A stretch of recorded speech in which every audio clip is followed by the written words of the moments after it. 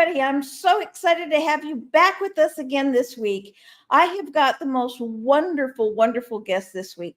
This woman has been inspiring me for about 10 years. She's and I'm going to say it wrong, naturopathic, natural nature. All right, I'm going to have her tell us. She's a doctor. Uh, naturopathic, I think it is, doctor.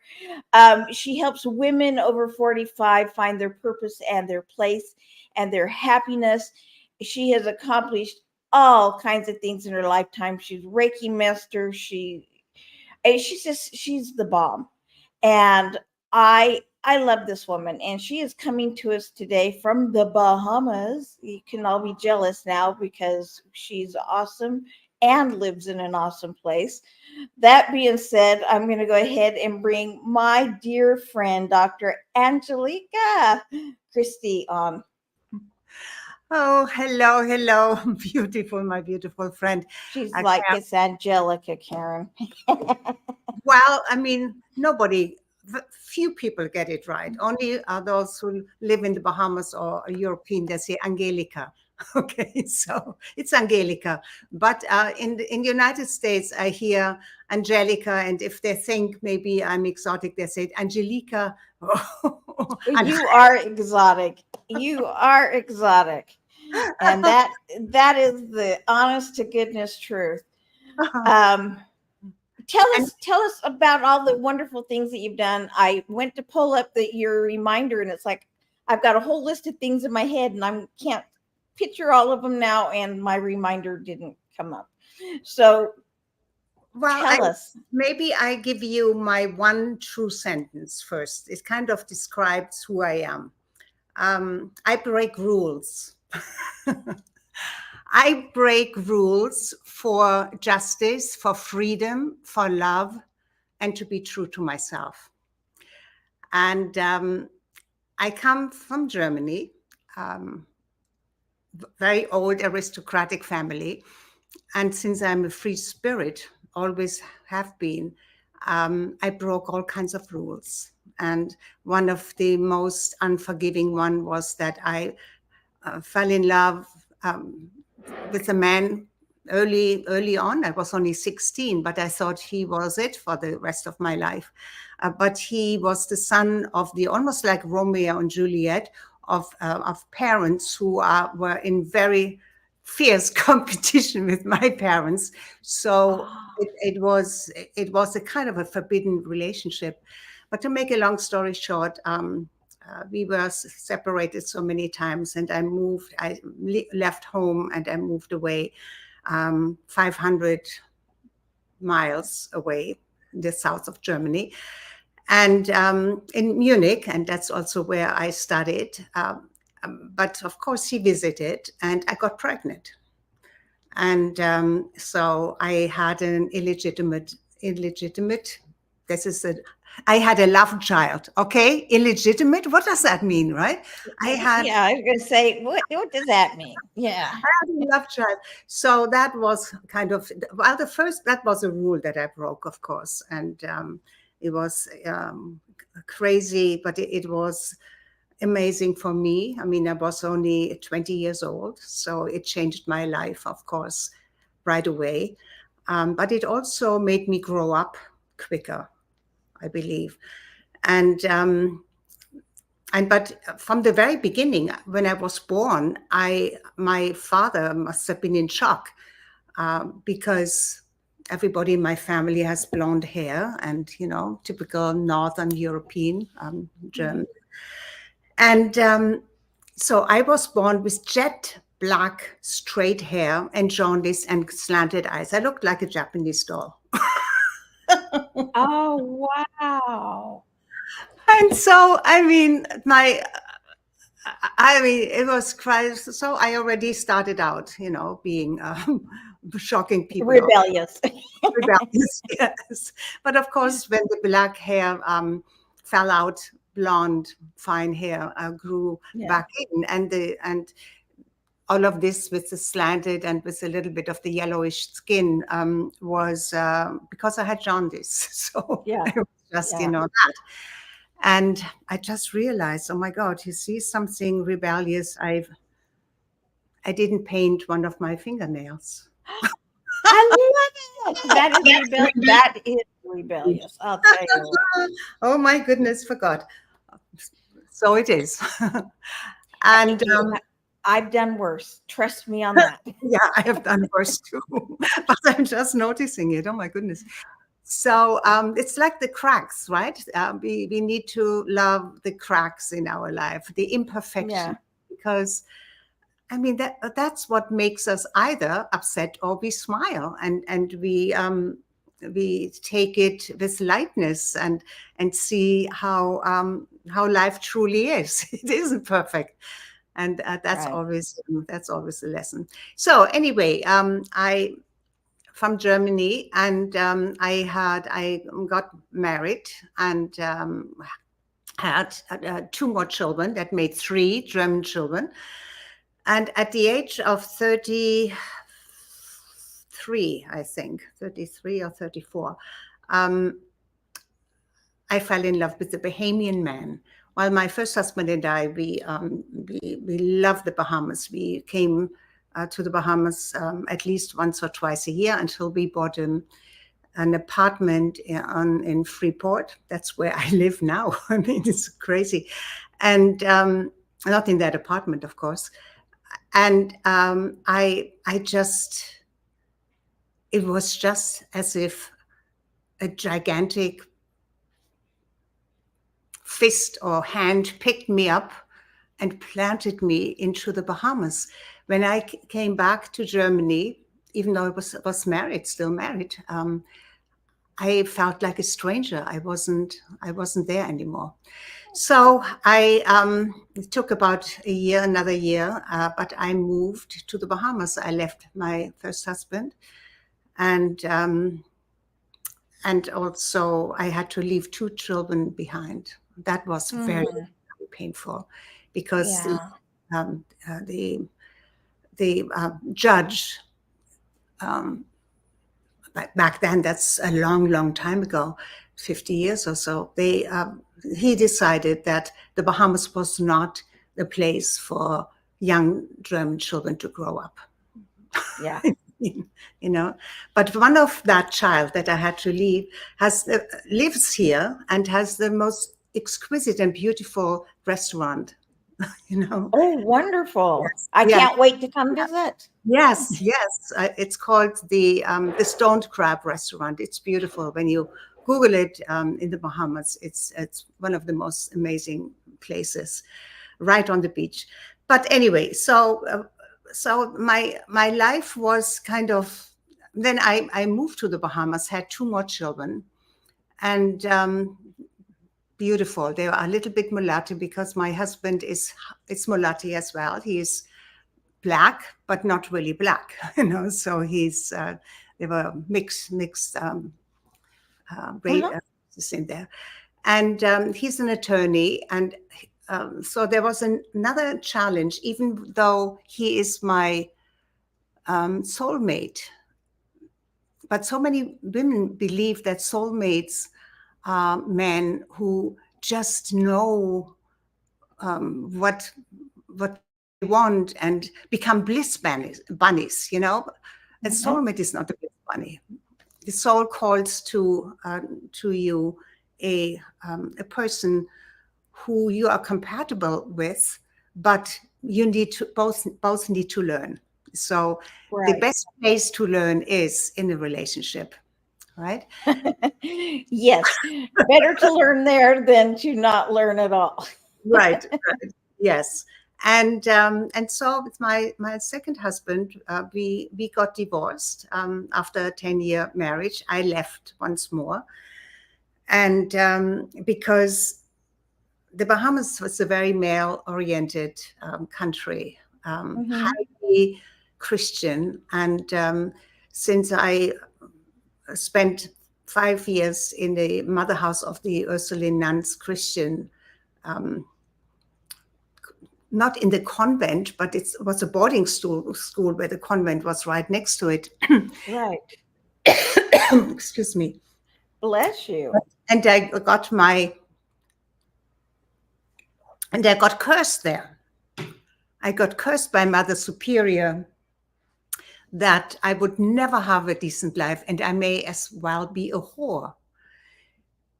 At 10 years, I didn't even know what that meant because on an outing, I was jumped in a bumper car, the bumper car rides. I love those. And I was not supposed to have done that. Be with a young man my age. We had 1 minute of fun of a ride, and that ruined my life, according to her. She really cursed me. And so I really turned away from church and from dogma and all of that for a very, very long time. So here I am in a Christian country. We have more churches here than anything else. Oh, really? Yeah, yes. But even before I came here, or just in the very beginning, I was introduced to Reiki. And Reiki was, today everybody knows Reiki, but 40 years ago, it was. Oh, yeah, that was an unknown and woo-woo. Yes, exactly. But I really fell in love with it because it was so beautiful, so gentle. I mean, I was always spiritual, but it really it helped me to make even peace with the churches. They have their place. It's not for me to judge, but I'm beyond, dogma. And the Christ light is universal. It is universal life force energy. It is love, and we have entered since 2012 the area, the age of Aquarius, which is the age of the feminine, the rise of the feminine, and the age of the heart chakra, the love. Love is the answer. Whatever arises, love that, and love free what is not appropriate for you in your life anymore. So anyway, make a long story short, I was in the Bahamas, and I'm here for since 78. So it's a long 1978. But I took a 10-year. For a day or two. Yeah, but I took a 10-year leave, so to speak. I always had a home here, but when I left my husband, of course, we were not together, even though we never really burned the bridges because we had 2 children. So we did a lot of things together and we didn't hate each other. And actually, after 10 years, we came back together again. We remarried, like a fairy tale wedding in Venice, Italy. It was gorgeous. All our children and grandchildren, everybody was there. And now it's forever. It took me about 10 years to really step fully into who I am and was not just Mrs. Branford Christie. I didn't have an identity before.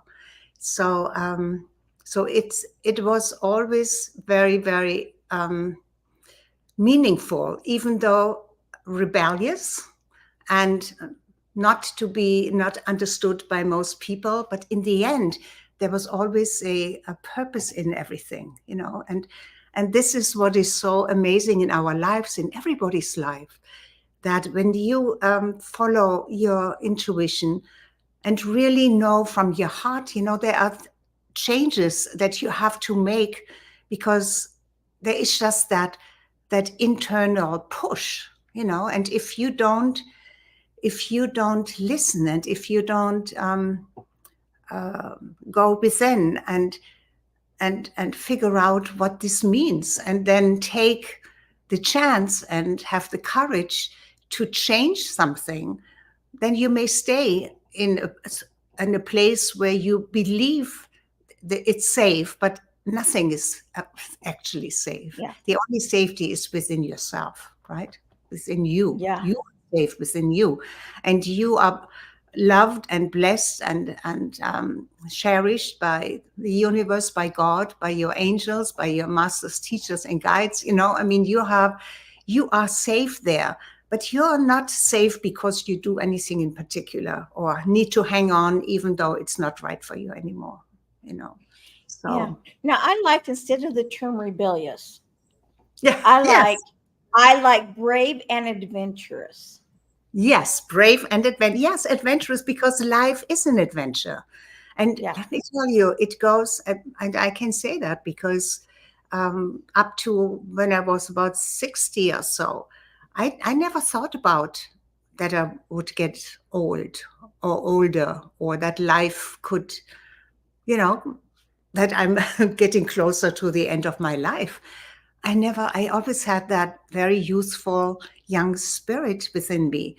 And it took a while for me. Only in my 70s, I realized that, life is short, and it doesn't wait for anything. When you have the opportunities, take it, live your life, really live it with conscious choice and with joy and with, curiosity. Because as long as we stay curious, which I believe I am, I always stay curious, I always learn. That's an aspect of youth. It's not the outer thing, you know. It's the internal. It's your spirit. It's your inner self, your inner child, your inner, and the millions of or thousands of whatever lives that you have already lived. The wisdom that you have gathered in as a spiritual being, as a loved, God-like being, spirit, immortal, in the physical body, in a particular lifetime in which you are for a purpose. Right? I like that. I like that. Now, I know one of the things you do is you help women over 45 with find their journey, find their path, find their way, because a lot of us believe life ends at 45. Now I'm an old lady and I can't do anything anymore. And you and I have discussed that before. Yeah. And it's like, nah, life is just beginning then. Yes. But tell us a little bit about that. Yes, we wear so many hats, especially we women, right? Because we women have do so much. I mean, if you want to stay single, don't want to get involved in a relationship, in a committed relationship, don't want to have children, play it safe, get a job somewhere. But I mean, it may be a very boring life, but it is. Some feel that this is, a safe way of not to feel the pain, the heartaches, and all of this. But I believe that women, especially after 45, grow into the position where it's now becomes about them, not about their children anymore. There will always be a mother. If you're a mother, you're always a mother.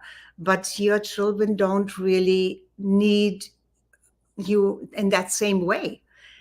Now it's the discovery of who you are. Now it's the discovery of, what am I all about? Why am I here? What is the next chapter of my life? And I believe that because we wear so many hats, there is that discovery of your authentic, your true, your unapologetic self.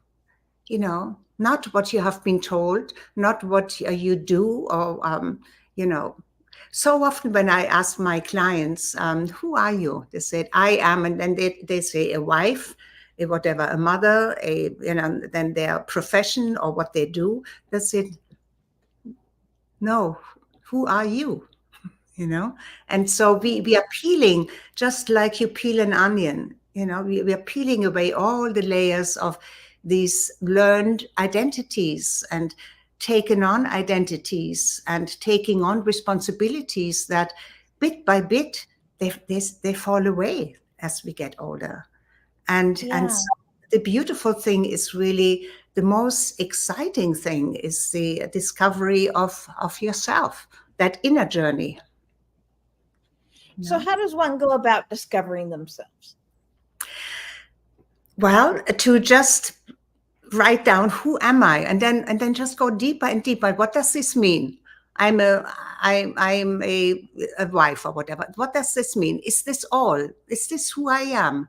You say, okay, I have emptied my mind now about what that means. So we can tick that off. next? It's kind of, these are all of the Right. layers that we just take away. And then then we come to the internal, that Right.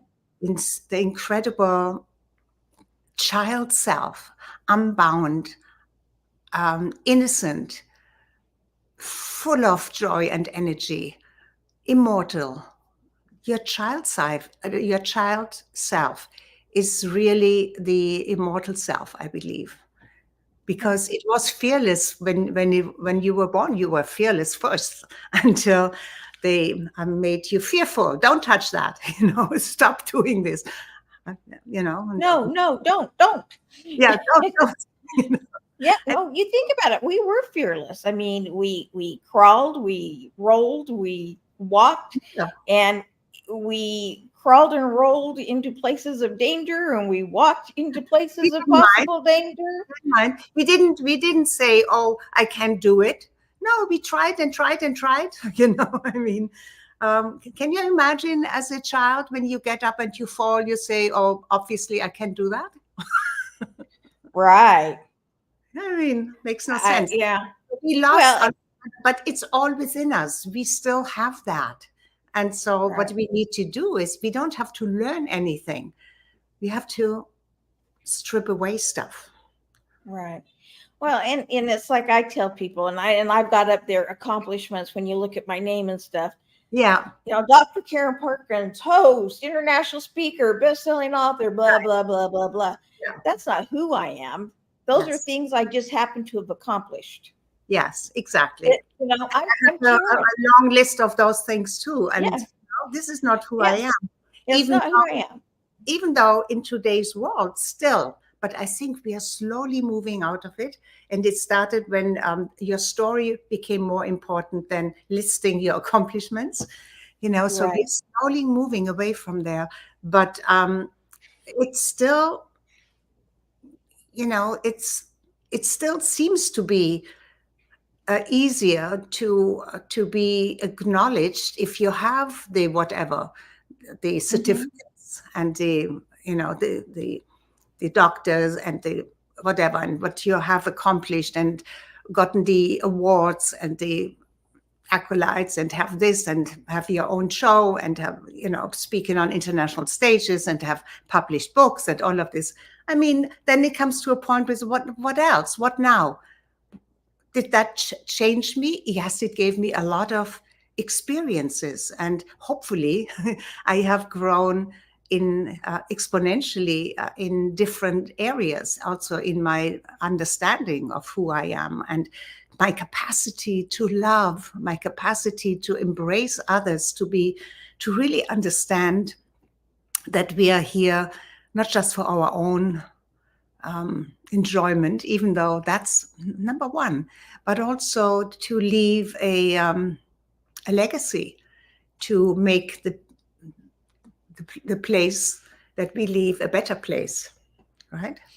Yeah, my little sister used to say, an inheritance is what you leave for people. A legacy is what you leave in people. And I like that because that makes a big difference. Yeah. Yeah, write this down. I think this is Yeah. Hey, Jace, go to comments and write that down for me. Yeah. My executive assistant is like, go in there. In fact, here I can get close to my computer. I'll write it down. Isn't that beautiful? Safe. Yeah, I've never heard it before. She used to say that all the time. And I can't spell. Intense. I have many talents. Spelling is not one of them. Me neither. I figure that's what spell check and editors are for. But then spell check really can irritate you, because it just is no, not this, and then you miss it, and then it's wrong. No, that's not how it's spelled, because people's name typing. It just has a certain capacity, and when that's outside, then it just correct something that you did not meant to be corrected. Well, and you think about it, how many words have different meanings Yeah. or different spellings? And, and they put the wrong spell. Yeah, it's like, oh my goodness. And in the Bahamas, we have the English version of English, the British version of English, not the American. So, everything is spelled a little bit differently, like RE, like center RE, not Mm-hmm. R. And so many other things, are spelled differently. But so my spell check goes back and forth because some documents, they have to be spelled American English, and so it's an adventure. You know what? I get confused sometimes because I've traveled all over the world and lived in so many different places that sometimes it's spelled American, sometimes it's spelled from the motherland. It's like, Yeah. who knows? But figure it out. So when you say from the motherland, what is the motherland for you? Oh, the motherland, I just say for English is from Oh, England, the England English. where it came from? Yes, Um, that's true. yeah, It is the the motherland. England English is, Yeah. well, they call it the motherland, but it could be anywhere. Yeah. Um, Funny but because in Germany we call our native Germany is not our motherland, it's our fatherland. Isn't that strange? So in Germany it's called your country is called the fatherland. oh, now that is very interesting. Hmm. I'd never heard that before, but that doesn't mean anything other than I hadn't heard it before. Yeah. And it's interesting, and I talk about us as we get older because you and I are over 45, barely, but Eternally young inside. you know what? I forget I'm 61, and there are days that I wake up and it's like, some days I'm 12 and some days I'm 30, and it depends. Yeah. But I get to interact a lot with young girls, and to me, anyone under the age of 30 is a young girl. But these young girls are in their 20s, early 20s, and as we talk about things that we were raised with, and common stories and common quotes, they have no idea what you're talking about. They're not things that they have listened to, Yes. and heard. Yeah. And so it's been very interesting because I've had the opportunity to retell a lot of old stories, and a lot of, like my Karenisms on Monday this week. I talked about crabs in the bucket, and they just went, What's that? what does that mean? What's a crab in the bucket? And it's like, crabs will pull each other down. So if you have more than one crab in the bucket, you don't need to put a lid on it. And they went, never ever heard of that. And a lot of people our age haven't heard of it either. I know, but it's just interesting to me. Things that I know, I assume everybody else knows. Yes. Things that I've learned from my journeys, I assume everybody else has learned. Yeah. So sometimes we forget, especially I'm much older than you are, the changes, the different decades that I lived through, where nothing what we have today existed, but everything was, we were living beautifully. We didn't have seatbelts, but we didn't die. And we drank out of hoses and we lived. Yes. When I think about the freedom of life was much more lived in the 50s and 60s and 70s and 80s. But then, it started to, everything became dangerous. Or I don't know. It's the world. But then look what we have today, how we can connect. That wouldn't have been possible. Technology has given us so many gifts. Right. Right.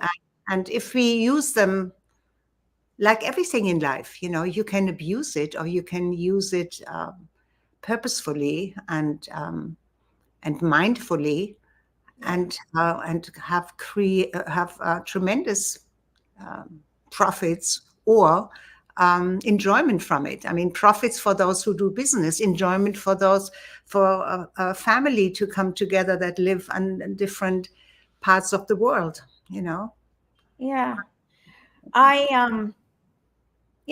That is, you're right. And things that we couldn't do. I had one of the young ladies were here this morning and was sending a package to her mother. Now, I'm not saying this is true for everyone because I don't know, but we don't send a lot of things anymore. We order them, but we don't send them. Yeah. Amazon and I are best friends. They just don't know it. Yes. Me too, because nobody. If I receive something, I need to pick it up anyway. Well, it needs to be brought into this country, into the Bahamas, and once it's here, I have no desire to send it back because it's much too difficult. Those it's the same way. But in the States, they do this all the time. That's crazy. Yeah. Well, it's here in Ecuador, we can't either. But this gal is from the States, and she didn't know how to put an address on an envelope because she never mailed anything. And anything she ever had to mail was already filled out, and it was like, just put it in the envelope and go. So didn't pay attention to it. And I'm not mocking her. Please don't hear that. It hit me how far technology has come, because when I was that age, we wrote letters to everybody. That's how you connected with them. I mean, you didn't call people in the Bahamas from the States because it was just unheard of and too expensive. 15 minutes cost you at least, 1 minute, the first 3 minutes, no, I get it right. The first 3 minutes were $15. Can you believe that? Yeah, and that was back then. Yeah. And so you mailed letters and you sent letters to everybody. So, but what I miss? I miss getting letters.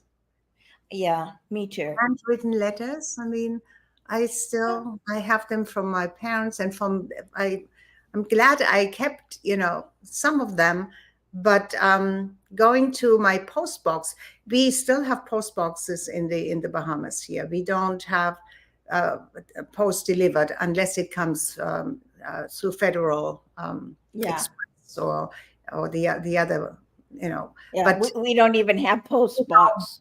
We go to the post office and we have our post box there and look into it. And sometimes I don't go there for months because I don't really expect anything to arrive there anymore, which is the truth. Well, you know what? I'd like to make that challenge to everybody. Okay. Send somebody a love letter. Physically write a love letter to them. A friendship love, a romantic love, hey, you're a good, friend or sibling love. Yeah. But send somebody, just one person. I mean, I'd like if you did more, but send one person a love letter to say, thank you. Yeah, thank you for being in my life. Yes, it's so much joy to receive. I remember receiving cards and letters, and it's so different from opening your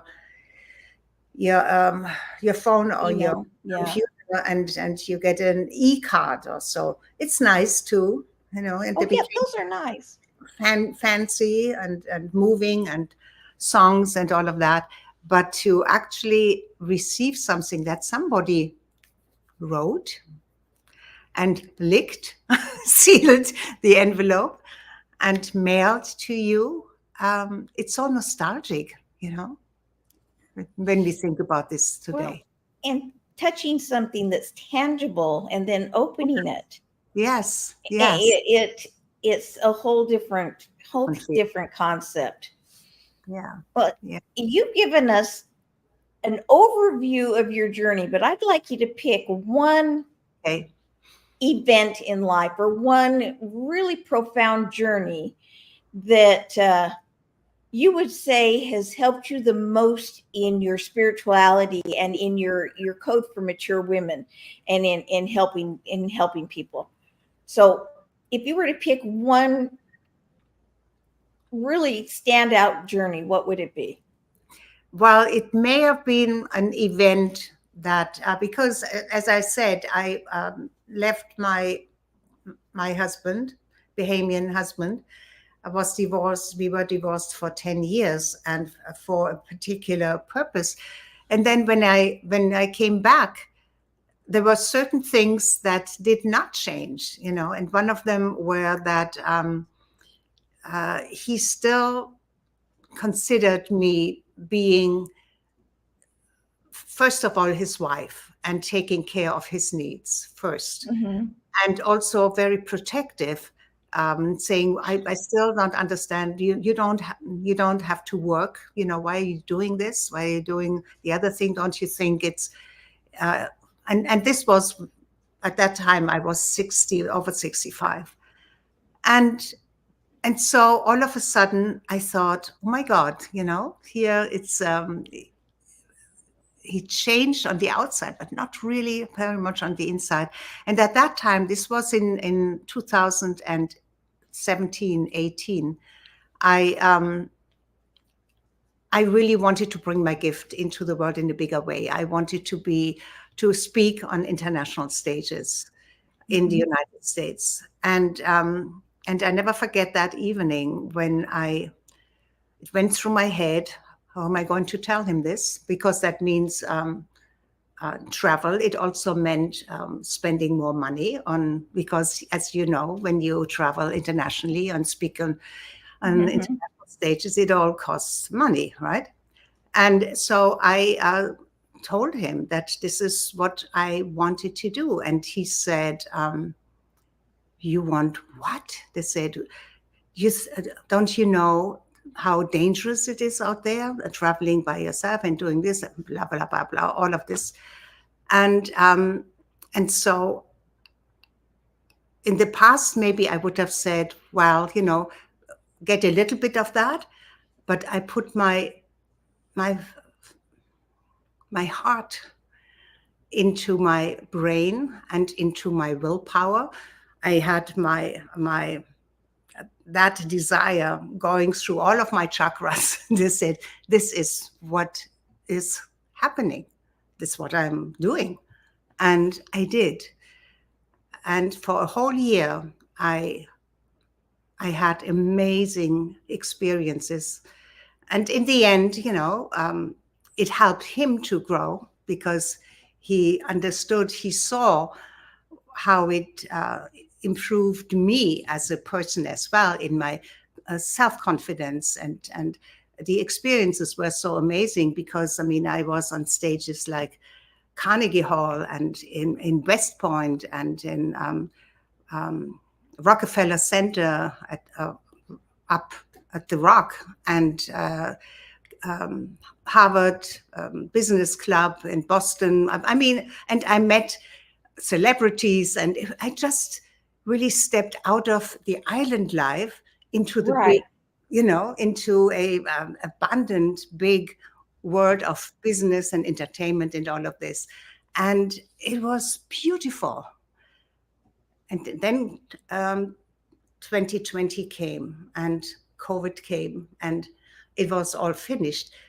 And yet that full year of all of the experiences, really gave me the confidence, and also I understood so many other things better, so it profits my clients now because I incorporate many of these things that I have experienced and how to be fearless and how to be confident and align with who you really are, not because others say this is how you have to do it. No, how are you? because who you are is different from anybody and everybody else. And I mean, all of the teachings are continuing because COVID came. I had COVID quite badly. I was really out of business for a whole year. And when I went back in, I listened to everybody else in the marketing world again. And but it didn't feel right with me, but I pushed that away. And I did what they said I needed to do. And I had a stroke. Not a bad one, a TIA, but I had a stroke. So God again, the universe again told me, what are you doing? And I actually gave a whole talk about this breakthrough at a summit, and also I think, but anyway, it doesn't matter where but I talked about the alignment of your inner self, of who you are, what you stand for, with what you do on the outside. So if that is not in alignment, it stresses you so much it can kill you, you know. Yeah. But it's also not what you're supposed to do, and that was very, very clear.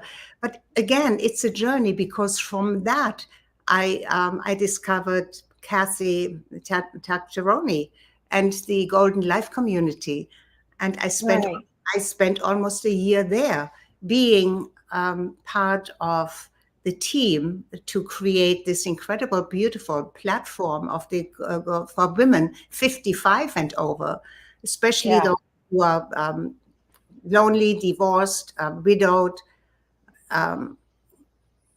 not exclusively, but for a lot of these women who feel so on the back burner or forgotten, or, so I did this for a year until just less than a month ago, I realized that this is not where I need to be. I did this. I got a tremendous amount of experience, and I gave all of me to this. So they received a lot of value from it.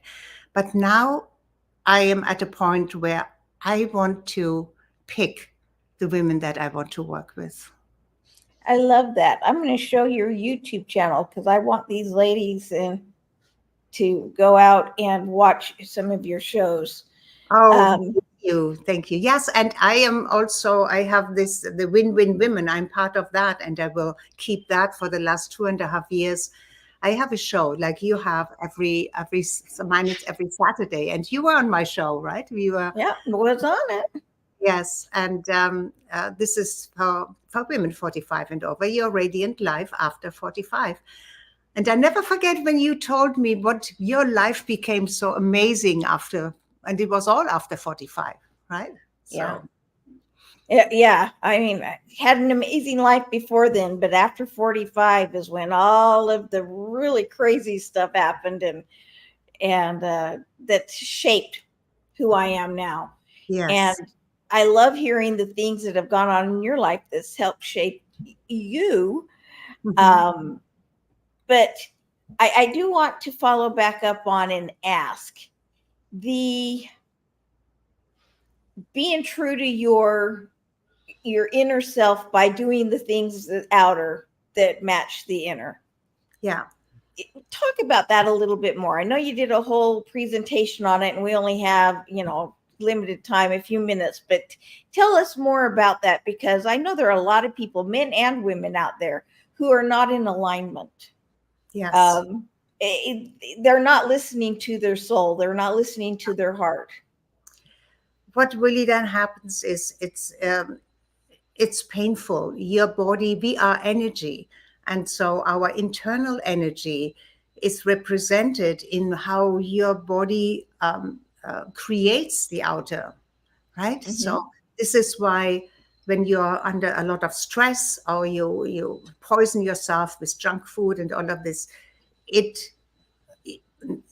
not only is your energy low and you may be miserable, but you actually your cells can't breathe. They can't get what they need to feel, to replicate themselves, constantly in the Right. best way, to keep your organs and everything happy and healthy. And so it is so important. And when you are out of alignment with whatever you do on the outside, you can say, oh, I'm highly spiritual and this is what I believe and all of this. But in your outer life, it doesn't reflect that. Mhm. You're actually in tremendous amount of not only disharmony. What is the strongest word? You're in pain. You're in friction pain.